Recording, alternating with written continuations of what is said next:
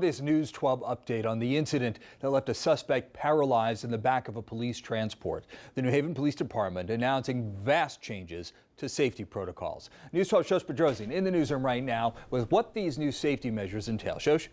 Well, Eric, 36-year-old Randy Cox is now dealing with life-changing injuries. He was arrested back on June 19th for illegal possession of a handgun and other charges when one moment in the back of the transport van changed his life and also policies at the police department. All we're doing is detaining you right this second, okay? 36-year-old Randy Cox Done.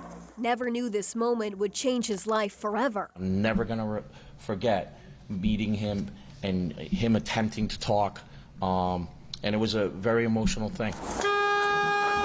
In a matter of seconds, this sudden jolt movement by the police officer driving this transport van is a moment that sent Cox crashing headfirst into the interior wall, calling for help at least 7 times until he was finally acknowledged, leaving him paralyzed. Are you all right? Requiring all prisoners to be secured in any transport vehicle by proper use of a seatbelt. Now, New Haven Police Department announced sweeping reforms to keep prisoners safe during transport and handling individuals in need of medical attention. Ready? Instead of sending Cox to the hospital, he was brought to the police department. Oh my God, yo. Propped into this wheelchair with his neck hanging.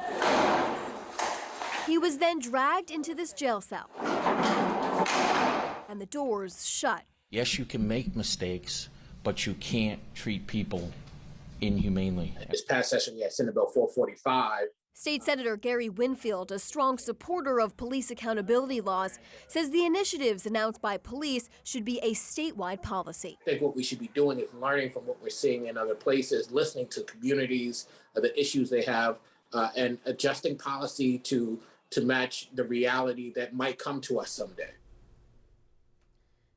And other changes in policies include additional training for officers, like de-escalation, and the use of transport vans will no longer be used. Now, the primary means of transporting prisoners will be in a marked police cruiser with the proper use of a seatbelt. Also, Eric, 5 officers involved in this incident are now on paid leave.